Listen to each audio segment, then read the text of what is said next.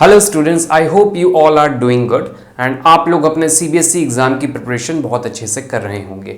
तो part 1 complete कर दिया है मैंने। सेक्शन ए, बी और सी तीनों सेक्शन के एक एक क्वेश्चन मैंने सॉल्व करवा दिए हैं। अब आते हैं पार्ट बी पे।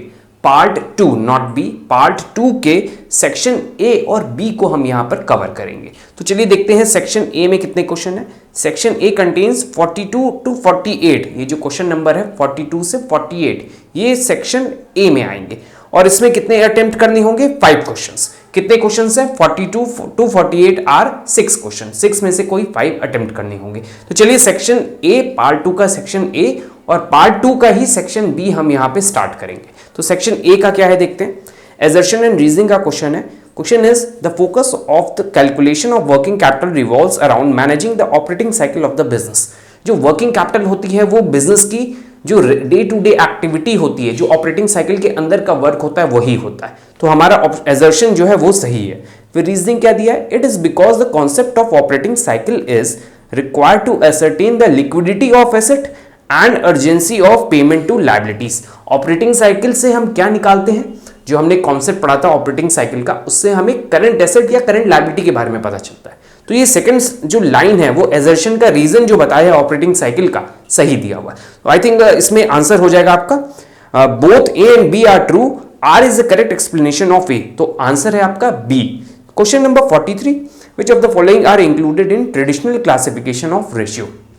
जो ट्रेडिशनल क्लासिफिकेशन था रेशियो का वो हमारा देखिए जो आपका इसमें सेकंड पॉइंट है statement of profit and loss ratio, फिर आपका आता था थर्ड वाला बैलेंस शीट रेशियो, फिर फिफ्थ में कंपोजिट रेशियोज। ये तीन जो थे ये ट्रेडिशनल में थे। जो बचे हुए हैं लिक्विडिटी रेशियो, सॉल्वेंसी रेशियो और आपका इसमें दिया प्रॉफिटेबिलिटी रेशियो, तो ये सारे रेशियो हम मॉडर्न में जो अभी हम लोग पढ़ते हैं उसमें मॉडर्न जो कह सकते हैं modern form of ratio calculation of ratio उसमें पढ़ते हैं। तो ये ट्रेडिशनल था वो ये पुराना वाला था जो तीन अभी हमने बताया। तो ये तीन ऑप्शन आपके सेकंड, थर्ड एंड फिफ्थ है। Option A is the correct one. तो question number 45, which one of the following is correct? We have to find out the correct statement. So first statement is a ratio is a arithmetical relationship of one number to another number. Ratio में हम क्या करते हैं?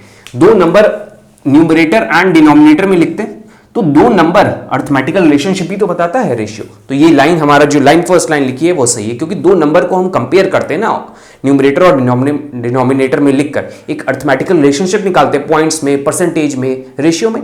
तो ये आपका सही है फर्स्ट पॉइंट। सेकंड है liquidity ratio is also known as asset test ratio. ये आपकी बुक में ही लिखा हुआ है, साफ साफ लाइन लिखी हुई है। तो ये आपका सेकंड पॉइंट भी सही लिखा हुआ है, मतलब first and second statement are correct. Third line is ideally accepted current ratio is 1:1। क्या करंट रेशियो 1:1 बेस्ट माना जाता है? Ideally accepted is 2:1 not 1:1। So this line is not, this statement is not correct. So fourth one, debt equity ratio is the relationship between outsider fund and share holders fund. ये लाइन कैसे सही लिखी हम आपको बताते हैं। तो डेट इक्विटी रेशियो का फॉर्मूला होता है डेट अपॉन इक्विटी। इक्विटी का दूसरा नेम क्या होता है? Share holders fund. And debt का दूसरा नेम लॉन्ग टर्म लोन, जिसको हम आउटसाइडर्स लोन कहते हैं। तो देखिए यहां पर ये फॉर्मूला ना लिखकर ये फॉर्मूला लिखा हुआ है। देखिए क्या दिया है? Date equity ratio is the relationship between outsider fund. तो ये आउटसाइडर फंड होता है, डिबेंचर्स, ये सारी चीजें। और नीचे क्या है? Share holders fund. तो इक्विटी का नेम क्या होता है? Share holders fund, reserves and surplus सब कुछ आता है उसके अंदर। सो फोर्थ लाइन इज करेक्ट। तो ऑप्शन हमारे कौन कौन से स्टेटमेंट सही निकले? फर्स्ट, आपका सेकंड एंड फोर्थ। तो ये बी ऑप्शन आपका करेक्ट है जिसमें फर्स्ट, सेकंड एंड फोर्थ है। क्वेश्चन नंबर 46 आते हैं, which one of the following are the tools of vertical analysis. Vertical analysis में कौन कौन से हम यूज करते हैं? तो इसमें फर्स्ट जो रेशियो एनालिसिस है और आपका जो लास्ट वाला है कॉमन साइज स्टेटमेंट, ये दोनों वर्टिकल एनालिसिस के पार्ट है। थ्योरी बेस्ड क्वेश्चन है, बहुत इजी है। 47th question, match the item of column 1 with column 2 according to schedule 3 of companies act 2013। Balance sheet के आइटम्स में कहां जाता है? लूज टूल सबसे पहला दिया, आप उसी से आंसर ढूंढ सकते हैं। लूज टूल्स होता है हमारा इन्वेंट्री का पार्ट होता है। तो लूज टूल्स इन्वेंट्री मतलब आई का डी आंसर है। तो आई का डी देखिए किस में बैठ रहा है? बी और सी में आ रहा है। तो हमें दो ऑप्शन अब मिल गए, बी और सी में कोई आंसर है हमारा। फिर चलिए और देखते हैं। पेटेंट्स जो है इनटैंजिबल फिक्स्ड एसेट का पार्ट है, तो सेकंड का ए। तो बी और सी में सेकंड का ए देखिए दोनों ही दिया हुआ है, मतलब बी और सी में अभी भी कंफ्यूजन है कौन सा है। चलिए आगे देखते हैं क्या है हमारे। चलिए डिबेंचर्स से देखते हैं। डिबेंचर्स हमारे लॉन्ग टर्म लोन होते हैं, लॉन्ग टर्म बोरोइंग के अंदर आते हैं। तो डिबेंचर फोर्थ का हमारा सी होना चाहिए, तो फोर्थ का सी से बी में दिख रहा है, तो ऑप्शन आपका बी करेक्ट होगा। नेक्स्ट क्वेश्चन 48, ये लास्ट क्वेश्चन है सेक्शन बी का, पार्ट 2 के सेक्शन ए का लास्ट क्वेश्चन है। विच ratio indicates the proportion of assets financed out of share holders fund. Asset को फाइनेंस किया गया है शेयर होल्डर्स फंड की हेल्प से, तो यहां कौन सा प्रोप्राइटरी रेशियो जो होता है उसका यही फॉर्मूला होता है, total asset upon share holders fund. तो ये आपका आंसर 48 का सी हो जाएगा, proprietary ratio. Now we will solve section B of part 2। तो पार्ट 2 के सेक्शन बी में ओवरऑल 49 to 55, जिसको हम कहेंगे 7 क्वेश्चंस, ओवरऑल 7 क्वेश्चंस होंगे जिसमें आपको 6 क्वेश्चंस अटेम्प्ट करने होंगे। तो क्वेश्चन की नंबरिंग क्या है, 49 to 55, you have to attempt any 6 question. तो 49th क्वेश्चन देखते हैं क्या है। If total sales is 2,50,000, credit sale is 25% of cash sales, the amount of credit sales is. हमें पता है टोटल सेल्स का मतलब होता है cash sales plus credit sales. Question में टोटल सेल्स दी है विच इज 2,50,000, हम यहां पे 2,50,000 नोट कर देते हैं। और कैश सेल्स के बारे में क्या बोला है, 25%, क्रेडिट सेल्स के बारे में बोला है, ये कितनी है 25% किसकी, कैश सेल्स की। तो अगर हम कैश सेल्स को x ले लें तो क्रेडिट सेल्स कितनी हो जाएगी, 25% ऑफ x। बहुत सिंपल सी इक्वेशन थी, क्या बोला कि क्रेडिट सेल्स जो है वो कैश सेल्स की 25% है, हम कैश सेल्स को x ले लेते हैं और क्रेडिट सेल्स क्या हो जाएगी, x का 25%, सिंपल। तो चलिए आगे सॉल्व करते हैं। 2,50,000, यहां पे एलसीएम लेंगे तो यहां x एलसीएम नहीं ले रहे हैं, हम 25x कर दे रहे हैं। एक स्टेप हमने थोड़ा सॉल्व कर दिया क्योंकि इसमें स्टूडेंट्स को प्रॉब्लम होती है कि कैसे सॉल्व हो गया ये, तो एक एक स्टेप हम यहां कर दे रहे हैं। यहां एलसीएम लेंगे तो 100 आ जाएगा और ये 100 इससे मल्टीप्लाई 100x हो जाएगा, 100x प्लस 25। अब हम इसको इससे क्रॉस मल्टीप्लाई करेंगे तो हमारा वैल्यू आ जाएगी 2,50,000 में 2 0 और ऐड कर देते हैं, तो ये हम 2 0 और ये 100 प्लस 25 125x, ये और ये जब डिवाइड करेंगे तो हमारा आ जाएगा 125 2, आपका 2 लाख रुपीज x की वैल्यू आ जाएगी। तो x की वैल्यू 2 लाख है। Now what is x, x मेरा कैश सेल्स है, बट क्वेश्चन में हमसे क्रेडिट सेल्स पूछा है, तो क्रेडिट सेल्स क्या है 25% ऑफ x, तो हम यहां क्रेडिट सेल्स निकाल लेते हैं।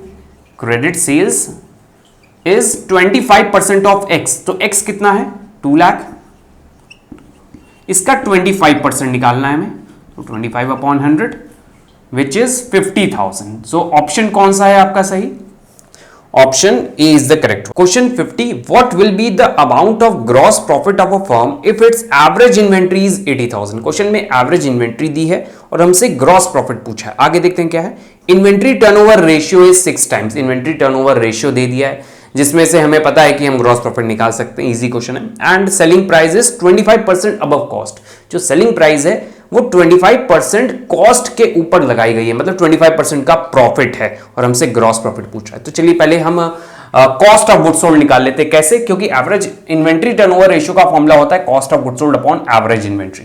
क्वेश्चन में इन्वेंट्री टर्नओवर रेशियो दिया है विच इज 6 टाइम्स, तो हम यहां पे इक्वल टू इधर 6 टाइम्स लिख देते हैं। कॉस्ट ऑफ गुड्स सोल्ड को x ले लेते हैं, एवरेज इन्वेंट्री इज 80,000, तो हमको अभी क्या मिल जाएगा, कॉस्ट ऑफ गुड्स सोल्ड, तो x को हम मानते हैं ना कॉस्ट ऑफ गुड्स सोल्ड, तो 6,84,80,000 is my cost, cost of goods sold है ये। कॉस्ट ऑफ गुड्स सोल्ड मिल गया है तो कॉस्ट ऑफ गुड्स सोल्ड को यूज करके हम ग्रॉस प्रॉफिट निकाल सकते हैं। कैसे, क्योंकि क्वेश्चन में एक लाइन दी हुई है, यहां लिखा हुआ है कि the selling price is 25% above cost, मतलब ये कॉस्ट है, इसमें 25% और ऐड किया जा रहा है इसी का, वो हमारा सेलिंग प्राइस है। तो मतलब 25% क्या हुआ होगा, कॉस्ट में कुछ ऐड करते हैं और सेल करते हैं, कुछ ऐड करते हैं, वो हमारा प्रॉफिट होता है, तो इसका 25% ग्रॉस प्रॉफिट।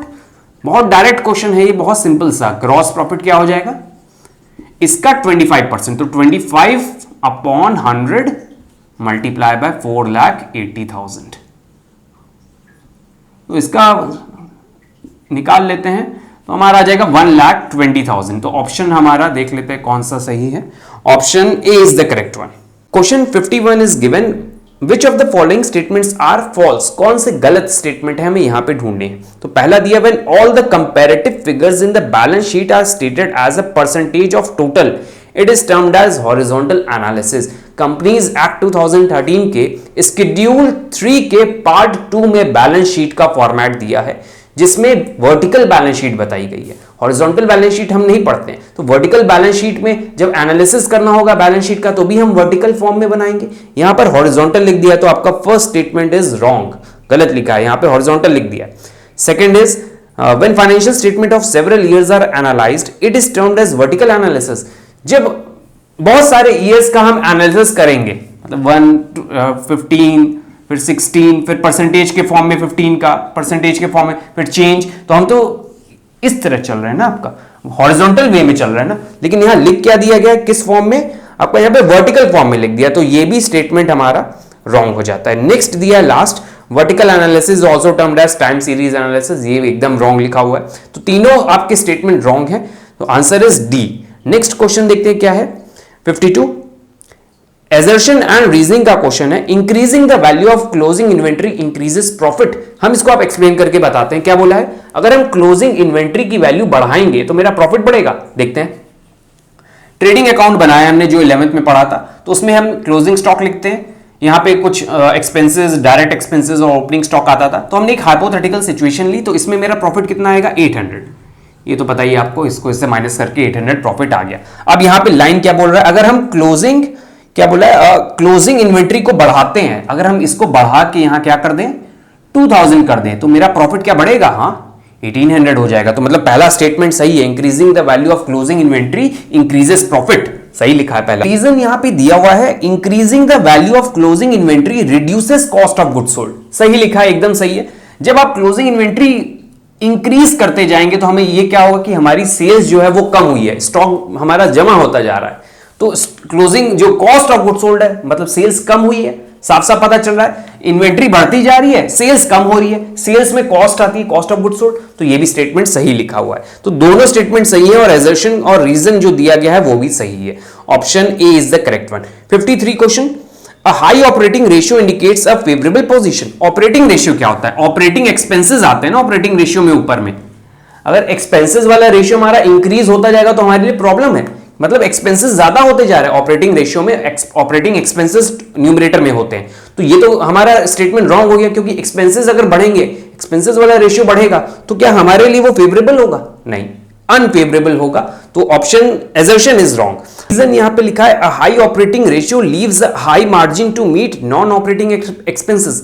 अगर ये बताइए ऑपरेटिंग एक्सपेंसेस हमारे बढ़ जाएंगे तो क्या मार्जिन बचेगा नॉन ऑपरेटिंग के लिए, नहीं बचने वाला। ऑपरेटिंग नहीं इतना कवर कर लिया कि नॉन ऑपरेटिंग के लिए बच ही नहीं रहा है, तो यहां लिख दिया बच जाएगा। तो दोनों चीज गलत है, तो both assertion and reasoning are incorrect. Option C. Question is, a company has an operating cycle of 8 month. एक कंपनी है, उसकी ऑपरेटिंग साइकिल 8 मंथ्स की है, ध्यान रखिएगा सिर्फ 8 मंथ्स की है।